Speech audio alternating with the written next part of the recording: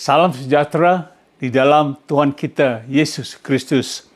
Ya, kami dari Great Commission Gospel Ministry di Los Angeles, California, Amerika Serikat, dan nama saya adalah Pendeta Cornelius Ritiau. Selamat bergabung. Kami sekali lagi akan belajar dari firman Tuhan. Kita bersama-sama akan menyimak, memperhatikan apa yang dikatakan oleh firman Tuhan hari ini. Saudara tahu bahwa ada banyak sekali orang-orang yang bisa melakukan mujizat. Benar? Banyak sekali orang-orang yang bisa melakukan mujizat. Saya waktu kecil-kecil saya sering melihat orang-orang ini. Tetapi mereka melakukan mujizat itu berdasarkan ilmu-ilmu gelap, ilmu-ilmu dari setan-setan, roh jahat. Ya, artinya sekarang saya baru tahu ya. Tapi itu sebenarnya mereka melakukan bukan dapat kekuatan dari Tuhan, tapi dari ilmu-ilmu roh-roh jahat. Mari kita berdoa. Bapa dalam surga, kami datang kepadamu pada saat ini. Kami ingin beribadah kepadamu. Ampuni segala kesalahan kami. Bersihkan hati kami supaya kami layak datang kepadamu. Tolong hamba Tuhan, penuhi hamba-Mu ini dengan Roh Kudus-Mu, supaya hamba berbicara dengan pimpinan Roh Kudus. Jadi sekali lagi inilah hidup kami serahkan kepadamu di dalam nama Tuhan Yesus Kristus. Hamba berdoa. Kita semua katakan? Amin. Amin. Saudaraku, saya ada note sebelum kita mulai membaca ayat-ayat. Note-nya seperti ini.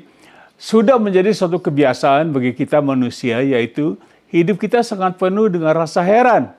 Apalagi jika kita mendengar suatu cerita yang sangat ganjil dan sangat mengherankan. Misalnya ada seorang yang berjalan di atas air danau yang sedang bergelora karena angin sakal. Kita heran, wah ada orang jalan di atas air.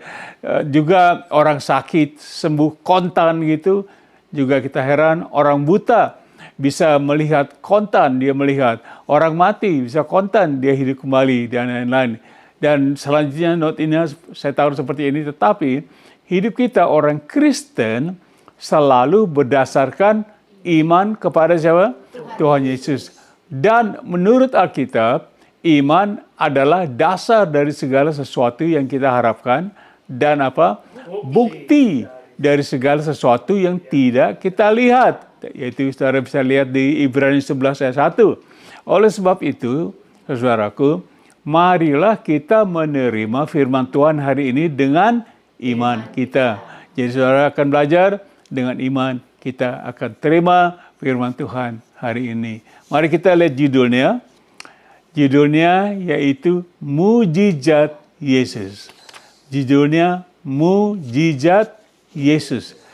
Jesus is miracle. Jesus is miracle. Kita akan lihat satu note sebelum saya masuk kepada ayat. Note-nya seperti ini. Semua kejadian di dalam firman Tuhan yang akan saya sampaikan berikut ini adalah bukan hanya cerita dongeng atau isapan jempol saja. Tetapi benar-benar terjadi 2000 tahun yang lalu, karena Tuhan Yesus Kristus sendiri yang menjadi apa? Pokok atau pusat dari semua cerita ini. Kita akan melihat poin nomor 1, yaitu berjalan di atas air. Apa saudaraku? Berjalan di atas air. Walk on water. Walk on water. Coba kita baca Matius 14, 22, 33, yaitu Jesus walks on water. Tuhan Yesus jalan atas air. Sesudah itu, Yesus segera memerintahkan murid-muridnya naik ke perahu dan mendahuluinya ke seberang. Sementara itu, ia menyuruh orang banyak pulang. Jadi, kemana Tuhan Yesus pergi, selalu dikerubungi sama banyak orang. Dia suruh pulang orang-orang ini. Ayat 23 kita baca dengan cepat. Dan setelah orang banyak itu disuruhnya pulang, Yesus naik ke atas bukit. Untuk apa, saudaraku? Berdoa seorang diri ketika hari sudah malam ia sendirian di situ. Jadi Tuhan Yesus sering berdoa pada Bapanya di surga. 24, ya jangan cepat. Perahu murid-muridnya sudah beberapa mil jauhnya dari pantai dan diombang-ambingkan gelombang karena angin sakal. Angin sakal artinya angin yang bertemu di tengah gitu. Dari jurusan sini ketemu, jadi membuat ombak yang sangat besar. 25 ayat 25 kita baca. Kira-kira jam 3 malam datanglah Yesus kepada mereka berjalan di atas air. Ini gelap-gelap. Jam ke-3 malam yaitu 3 pagi. Yesus berjalan di atas air di jalan. Ayat 26. Ketika murid-muridnya melihat dia berjalan di atas air, mereka terkejut dan berseru, "Itu apa?" Hantu. Lalu berteriak-teriak karena takut. Jadi di gelap mereka lihat ada orang jalan di atas air. Nah, ini zaman dulu orang-orang dari sebelah timur kayak kita, orang Israel. Jadi bukan takut karena gelombang air lagi, tetapi takut ada hantu. Jadi penakut juga ya murid-muridnya, kayak takut hantu ya. 27 kita lihat di sini. Tetapi segera Yesus berkata kepada mereka, "Tenanglah, aku ini, jangan takut." 28 dikatakan lagi, lalu Petrus berseru dan menjawab dia, "Tuhan." Petrus katakan apa? Tuhan, apabila Engkau itu, suruhlah aku datang kepadamu berjalan di atas air. Perhatikan, Petrus memanggil siapa? Yesus. Tuhan. Manggil Yesus Tuhan. Bukan hantu. Ayat 29, dikatakan seperti ini, kata Yesus, "Datanglah." Maka Petrus turun dari perahu dan berjalan di atas air mendapatkan Yesus. Ayat 30 selanjutnya. Tetapi ketika dirasanya tiupan angin, takutlah ia dan mulai tenggelam, lalu berteriak, "Tuhan, tolonglah aku." Dia katakan lagi, Tuhan. Dia panggil Yesus Tuhan. Jadi Petrus sementara dengar suara Tuhan, gelap, dia tidak lihat. Dia dengar suara, dia ikuti suara, dia tidak tenggelam. Mulai dia merasa tiupan angin, merasa ombak, ini semuanya baru dia tenggelam. Kita pun begitu. Arahkan kalau kita berjalan mata kita kepada Tuhan Yesus. Jangan lihat kiri kanan, kita tenggelam. 31 katakan, segera Yesus mengulurkan tangannya, memegang dia dan berkata, "Hai orang yang kurang percaya, mengapa engkau bimbang?" 32. Lalu mereka naik ke perahu dan angin pun redalah. Luar biasa ya.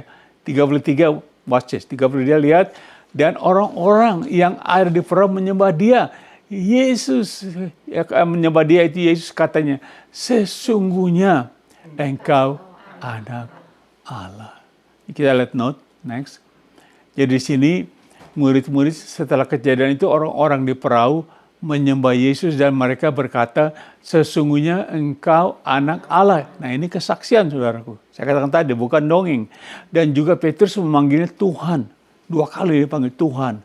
Tetapi Yesus sama sekali tidak menolak atau menyangkal perkataan mereka. Dia bilang, "Jangan dong, aku bukan Tuhan." Dia tidak bilang itu. Dia lanjutkan, dia tenangkan air dan sebagainya. Ayo kita masuk poin nomor 2. Itu satu mujizat bukan? Yes. Tepuk tangan dong, mujizat Tuhan Yesus. Kedua, yaitu orang sakit disembuhkan.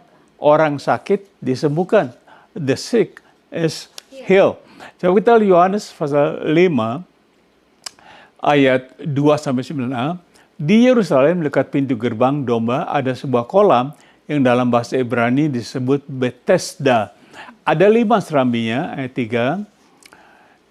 Dan di serambi-serambi itu berbaringlah sejumlah besar orang sakit, orang buta, orang-orang timpang, dan orang-orang lumpuh yang menantikan goncangan air kolam itu. Jadi mereka diam di situ lama sekali, tunggu sampai ada goncangan. Kita lihat ayat berikutnya, ayat 4. Sebab sewaktu-waktu turun malaikat Tuhan ke kolam itu dan menggoncangkan air itu di kolam itu.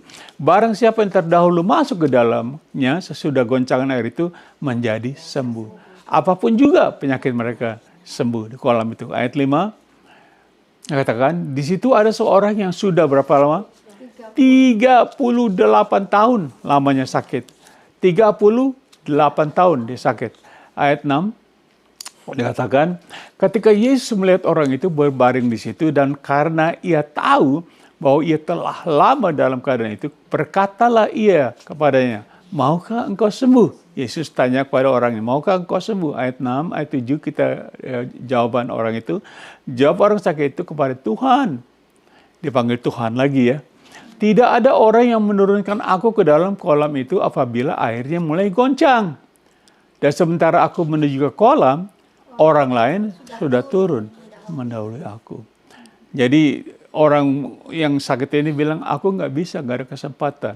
Ayat 8, kata Yesus kepadanya, bangunlah, angkatlah tilammu, dan berjalan. Wow. Lantas dijawab Tuhan Yesus. Ayat 9, coba kita lihat dikatakan, dan pada saat itu juga, sembuhlah orang itu, lalu ia mengangkat tilamnya dan berjalan. Luar biasa ya saudaraku. 38 tahun sakit, gak bisa bergerak. 1 menit, gak sampai 1 menit barangkali. Dia bangun dan berjalan. Karena Tuhan Yesus kata, angkat tilammu dan berjalan. Nah saya taruh, Tuhan Yesus tidak pakai ilmu sihir. Nggak pakai ilmu gaib. Dia cuma ngomong saja. Berdiri, jalan. Oke, tepuk tangan buat Tuhan Yesus. Kita akan masuk poin ketiga. Ingat judul khotbah ini yaitu mujizat Yesus, bukan mujizat orang lain. Tuhan Yesus yang mengadakan mujizat. Poin nomor 3, kita melihat poinnya yaitu orang buta melihat. Orang apa? Buta melihat. Orang buta ini buta ada yang dari lahir sudah buta, bukan karena sakit dan apa ya. The blind see. The blind see. Coba kita lihat Markus 10, katakan seperti ini. Lalu tibalah Yesus dan murid-muridnya di Yeriko, dan ketika Yesus keluar dari Yeriko bersama-sama dengan murid-muridnya dan orang-orang banyak yang berbondong-bondong, ada seorang pengemis yang buta bernama Bartimeus, anak Timeus, duduk di pinggir jalan. Jadi orang buta ini sudah lama juga duduk di pinggir jalan. 46, 47.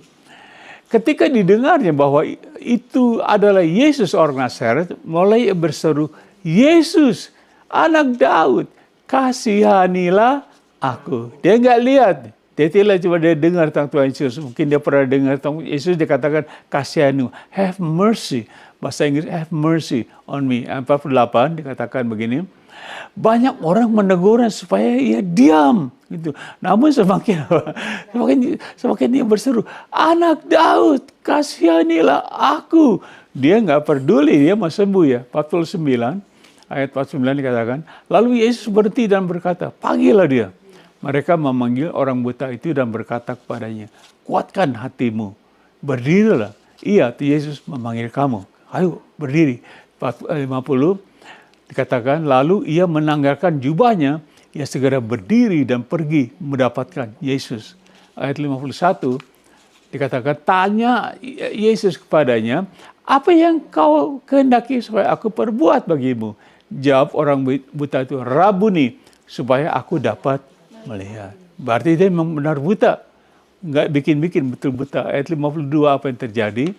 Lalu kata Yesus kepadanya, pergilah, imanmu telah menyelamatkan kau. Imanmu telah apa? Menyelamatkan. Jadi matanya mau dicelikan, tapi imannya menyelamatkan jiwanya. Luar biasa, saudara. Pada saat itu juga, melihatlah ia, lalu ia mengikut Yesus dalam perjalanannya. Jadi saat itu juga, saudara, ingat Tuhan Yesus nggak pakai ilmu gelap nih. Matius 12 ayat 22, next kita lihat cerita yang lain. Kemudian dibawalah kepada Yesus seorang yang kerasukan setan. Orang itu apa? Buta dan bisu. Lalu Yesus menyembuhkannya sehingga si bisu itu berkata-kata dan melihat. Amin. Ini bukan ilmu dukun dia pakai atau ilmu gelap, tapi kuasa apa? Kuasa ilahi Tuhan Yesus. Haleluya. Poin nomor 4, kita lihat seperti ini. Orang mati dibangkitkan kembali. Orang apa? Orang mati, saudaraku, dibangkitkan kembali. The dead are raised again. Orang sudah mati, bangkit lagi. Kita coba Lukas 7, ayat 12 sampai 16. Setelah ia dekat pintu gerbang kota itu, ada orang mati. Diusung keluar anak laki-laki, anak tunggal ibunya yang sudah janda, dan banyak orang dari kota itu menyertai janda itu. Jadi tidak ada suaminya, anaknya laki-laki mati. Ayat 13. Dan ketika Tuhan Yesus melihat janda itu, tergeraklah hatinya oleh belas kasihan. Lalu ia berkata kepadanya, jangan menangis. Jangan menangis. Tuhan Yesus punya hati tidak? Ya punya hati juga, saudaraku ya. Ayat 14 katakan seperti ini. Sambil menghampiri usungan itu, ia menyentuhnya. Dan sedang para pengusung berhenti, ia berkata, hai anak muda. Rupanya mati anak muda. Aku berkata kepadamu, ini Tuhan Yesus berbicara kepada orang sudah mati. Bisa ya? Bisa, karena dia siapa? Tuhan Yesus. Dia berbicara kepada orang sudah mati. Hai anak muda, aku berkata kepadamu, bangkitlah. Katakan, suruh bangkit anak muda ini. Ayat 15, kita lihat, maka apa? Bangunlah orang itu dan duduk dan mulai apa? Berkata-kata. Dan Yesus menyerahkannya kepada ibunya. Amin. Ayat 16 katakan seperti ini. Semua orang itu ketakutan. Dan mereka memuliakan Allah sambil berkata, seorang Nabi besar telah muncul di tengah-tengah kita. Dan Allah telah melawat umatnya. Nah, ini mereka nggak pernah lihat orang-orang ini. Seperti hal ini terjadi ini. Mayat bangun lagi kan. Mungkin orang ada yang saking takutnya, ini apa ini gitu. Dan mereka mengatakan Nabi besar telah muncul di tengah kita. Allah melawat kita. Coba kita baca Lukas 8 ayat 51 sampai 55, cerita lainnya. Setibanya di rumah Yairus, Yesus tidak memperbolehkan seorang pun ikut masuk dengan dia kecuali Petrus, Yohanes dan Yakobus dan ayah anak itu serta ibunya. Ayat 52. Semua orang menangis dan meratapi anak itu. Akan tetapi Yesus berkata apa? Jangan menangis. Ia tidak mati tetapi tidur. Ia tidak mati tetapi tidur. Coba saudara lihat apa yang terjadi ayat 53. Apa yang terjadi? Mereka apa? Mentertawakan dia. Yesus diketawain. Mereka tahu dia mati.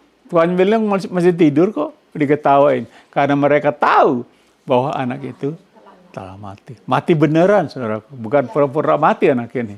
Ayat 54, katakan. Lalu Yesus memegang tangan anak itu dan berseru katanya. Ini berseru ini. Hai anak, bangunlah. Tuhan Yesus katakan pada orang yang sudah mati ini.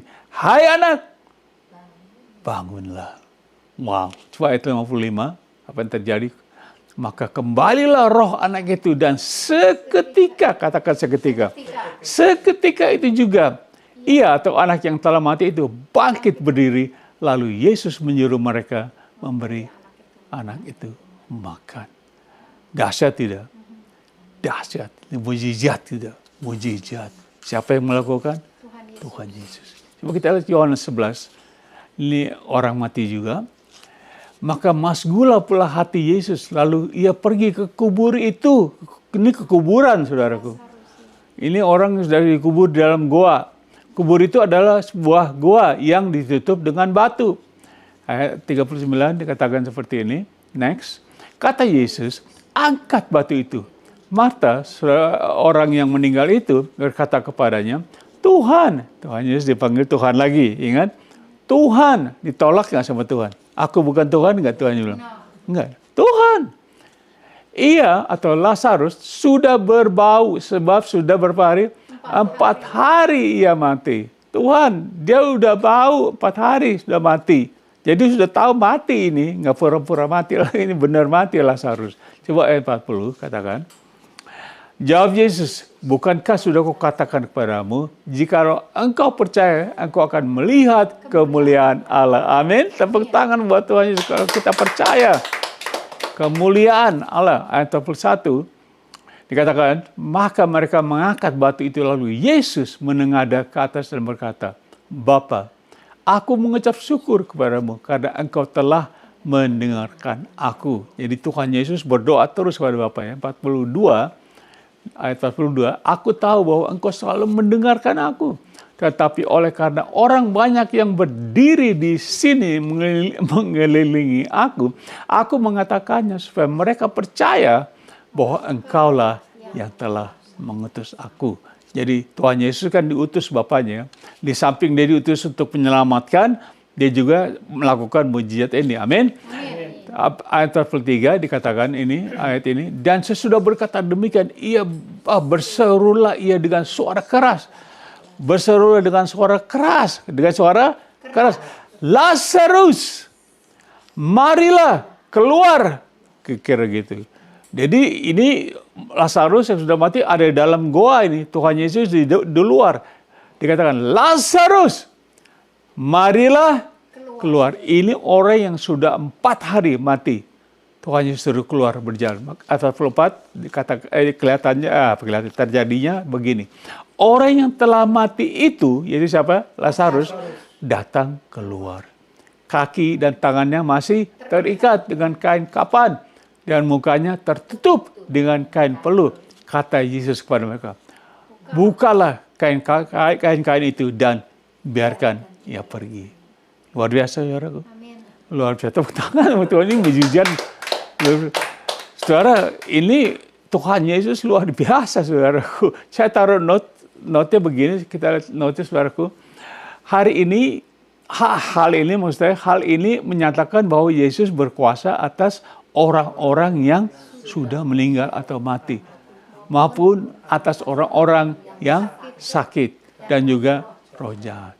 Tuhan Yesus berkuasa, penuh kuasa. Coba kita lihat poin nomor 5, poin terakhir. Banyak mujizat lain. More miracles. Coba kita baca Matius 11 ayat 5. Matius 11 ayat 5 dikatakan, orang buta melihat, orang lumpuh berjalan, orang kusta menjadi tahir, orang tuli mendengar, orang mati dibangkitkan, dan kepada orang miskin diberitakan kabar baik. That's Jesus. Dia selalu memberitakan kabar baik, menyembuhkan dan diberitakan. Amin. Matius 15:30 kita lihat dikatakan seperti ini. Kemudian orang banyak berbondong-bondong datang kepadanya membawa orang lumpuh, orang timpang, orang buta, orang bisu, dan banyak lagi yang lain. Lalu meletakkan mereka pada kaki Yesus. Dan Yesus menyembuhkan mereka semuanya. Ini satu kampung ini berbondong nih. Dibawa, ditaruh di kaki Tuhan Yesus. Kata, tolong Tuhan. Tuhan Yesus kasihan disembuhin berapa? Semuanya. Berkuasa nggak Tuhan? Mujizat tidak? Luar biasa. Saya taruh notnya begini, saudaraku. Apa yang telah terjadi di dalam semua kejadian yang baru kita pelajari di atas, tidak mungkin dapat dilakukan oleh manusia biasa. Kecuali dia adalah apa? Tuhan yang sangat berkuasa. Dan jangan heran akan semua mujizat tersebut yang telah dilakukan oleh Yesus Kristus yang adalah Tuhan Allah. Haleluya. Aplikasinya apa, saudara? Kita selesai sekarang ini. Aplikasi seperti ini. Sekali lagi, jangan heran atas semua mujizat di atas. Sebab Yesus Kristus adalah Tuhan Allah. Pada mulanya adalah firman itu bersama-sama dengan Allah, dan firman itu adalah Allah. Kita baca Yohanes 1 ayat 1. Aplikasi kedua, katakan seperti ini. Kita baca bersama, dan mereka akan menamakan dia Yesus, Immanuel, yang berarti Allah menyertai kita. Yaitu Anda bisa baca Matius 1:23. Allah menyertai kita. Jadi saudaraku, inilah cerita tentang Tuhan Yesus. Dan sebagai kata penutupnya, saya taruh seperti ini, kita baca. Mungkin para agamawan dan ateis tidak percaya bahwa Yesus Kristus adalah Tuhan Allah. Walaupun dia sanggup melakukan segala macam mujizat-mujizat yang kita baru lihat. Tetapi bagaimana dengan Anda pribadi? menurut Anda pribadi bagaimana setelah membacanya? Apakah Tuhan Yesus adalah Allah sendiri yang berkuasa atas segalanya? Terserah Anda mau percaya atau tidak. Ingat saya katakan, Tuhan Yesus datang, diutus Bapaknya. Pertama, dia ingin menyelamatkan kita masuk ke surga. Dari dosa-dosa kita diselamatkan. Sambil dia ada di bumi ini, dia menyembuhkan banyak orang. Luar biasa. Saya akan berdoa. Saya harap Anda berdoa bersama saya. Mari kita berdoa. Ya Tuhan Yesus, ulangi doa saya kalau boleh saudara. Ulangi ya dengan suara kecil, suara di hati boleh. Tuhan Yesus, aku percaya kepadamu. Ampunilah segala dosa-dosaku. Aku membuka hatiku. Menerima Engkau sebagai Tuhan dan Juru Selamatku. Ya Tuhan, bentuklah hidupku menjadi sesuai dengan kehendak-Mu. Di dalam nama-Mu, aku telah berdoa. Amin. Kalau Anda dengan jujur berdoa seperti itu, Anda juga diselamatkan. Dan Anda juga akan melihat mujizat akan terjadi dalam hidup Anda. Karena Tuhan Yesus tidak pilih bulu. Dia lakukan pada banyak orang. Kepada Anda juga dia lakukan, asal Anda percaya. Saya akan doa tutup. Kita akan berdoa bersama-sama. Mari kita berdoa. Bapa, terima kasih atas kesempatan ini kami boleh belajar dari firman-Mu. Kiranya firman-Mu boleh tinggal di dalam hati kami. Dan kami pakai dalam hidup kami. Saudaraku, mari kita menerima berkat dari Tuhan. Kiranya kasih Bapa, kasih-Nya yang mulia, kasih yang tidak pernah berubah, kasih yang selama-lamanya, kasih yang sangat agape, dan segala anugerah di dalam Tuhan Yesus yang penuh dengan mujizat dan juga persekutuan dalam Roh Kudus dan juga kuasa dalam Roh Kudus menyertai kita sekalian dari saat ini sampai selama-lamanya. Di dalam nama Tuhan Yesus kita berdoa. Semua katakan amin. Jadi Anda telah mendengar firman Tuhan, telah berdoa. Saya mengucapkan terima kasih dan selamat. Dan sampai waktu yang akan datang, kita akan bertemu lagi dan kita akan belajar lagi kuasa-kuasa yang lain yang bisa dilakukan oleh Tuhan Yesus dan juga bisa dilakukan dalam hidup Anda. Amin. God bless you. Terima kasih. Goodbye.